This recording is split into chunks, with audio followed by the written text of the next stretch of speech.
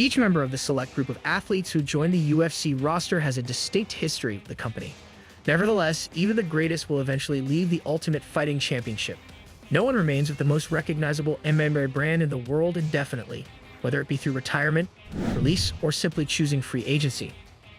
As always, if you guys enjoyed this video, then please be sure to let me know by leaving a like and subscribing to our channel. Now, without further ado, and ranked in no particular order, let's take a look at 8 fighters that are banned from the UFC. Number 8. Rousimar Paul Harris. Former UFC middleweight Rousimar Paul Harris was a Brazilian jiu-jitsu ace with a nasty ground game. While the grappler out of Rio de Janeiro knew when to apply a submission, letting go was another story. Following his victory at UFC 111, Paul Harris was suspended for 90 days for failing to release a heel hook after the initial stoppage. Sadly, the troubled black belt didn't learn his lesson. Paul Harris submitted Mike Pierce for the heel hook at a UFC Fight Night event in 2013 in just 31 seconds, but he wouldn't release the hold until his opponent had tapped 8 times in all. Dana White, understandably enraged, gave Paul Harris his walking papers and said that he was done with the UFC. Later on, he would be cut from the World Series of Fighting because he couldn't accept the submission, this time from Jake Shields. Number 7. Ruslan Magomedov. Among the numerous accomplished mixed martial artists who emerged from Dagestan in recent times is Ruslan Magomedov.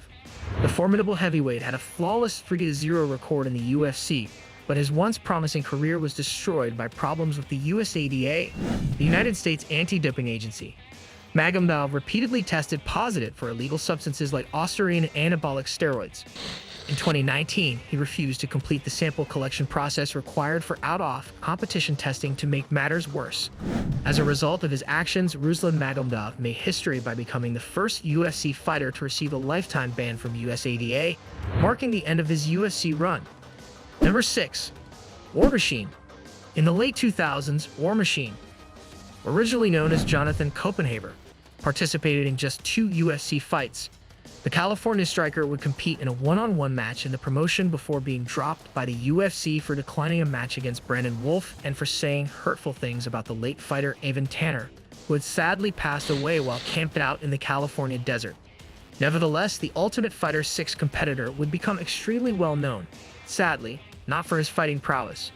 The disgraced mixed martial arts pro was found guilty on 29 felony counts in March of 2017.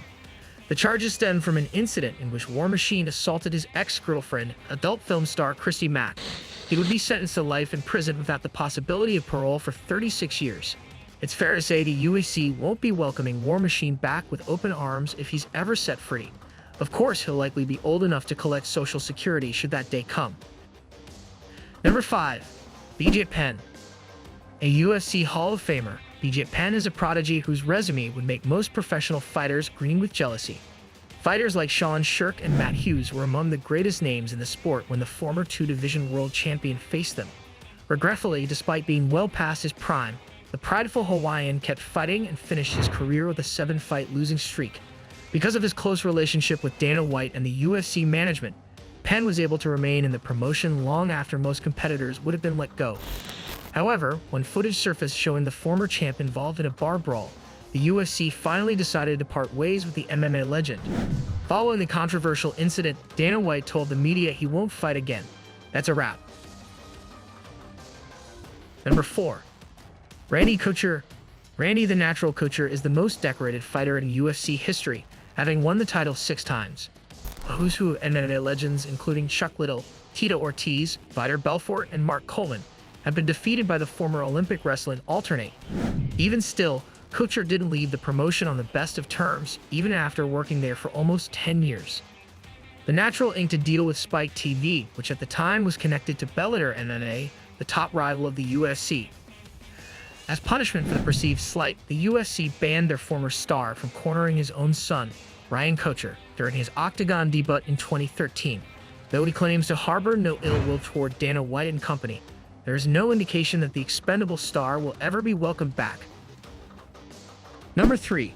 Caleb Starnes. Caleb Starnes, a Canadian, had a great start to his career after competing on The Ultimate Fighter 3, but it would gradually fade. Actually, the action that resulted in the former middleweight fighter's termination from the UFC is what many remember him for the most. Starnes faced off against Nate Quarry, another Ultimate Fighter competitor, at UFC 38. Regretfully, their match would be remembered as one of the most peculiar matches in sports history. Corey spent most of the fight chasing his opponent around and mocking him with bizarre gestures. For his part, Starn ran around the octagon and avoided contact for the majority of the three-round affair. The elusive antics earned Starn his less-than-flattering nickname, Running Man. The Running Man did not amuse Dana White in the slightest. White continued, "Telling you who. Sports that Starn ought to think about finding a different career path because of his performance and that he simply doesn't belong in the UFC." After being released, Caleb Starn kept up his competition schedule. His professional record is presently 17, 11, and 1. He last fought in 2016. Number 2. Tiago Silva. The versatile fighter who made a name for himself in the UFC was Tiago Silva. However, legal problems ended his time with the promotion and ultimately caused him to become completely estranged from the company. In 2014, Silva got into a fight at home with his divorced wife and Pablo Popovic, the owner of a nearby gym in Florida. The authorities were contacted with the UFC standout eventually being charged with aggravated assault and resisting arrest. When Dana White got wind of the ordeal, he publicly proclaimed that Silva was banned from the UFC. The Brazilian would be cleared of all charges and briefly re-signed with the company. However, when less than flattering video and audio evidence was released from the 2014 incident, so was Silva, this time for good. Number 1. Jason Mayhem Miller. Before he signed his first multi-fight contract with the UFC, Jason Mayhem Miller was already well known due to his role in the MTV series Bully Beatdown and an infamous battle with the Diaz brothers during his Strikeforce days. Naturally, Miller had already engaged in combat with the organization, facing off against George Pierre at UFC 52 in 2005. Nevertheless, his second assignment proved to be rather more noteworthy.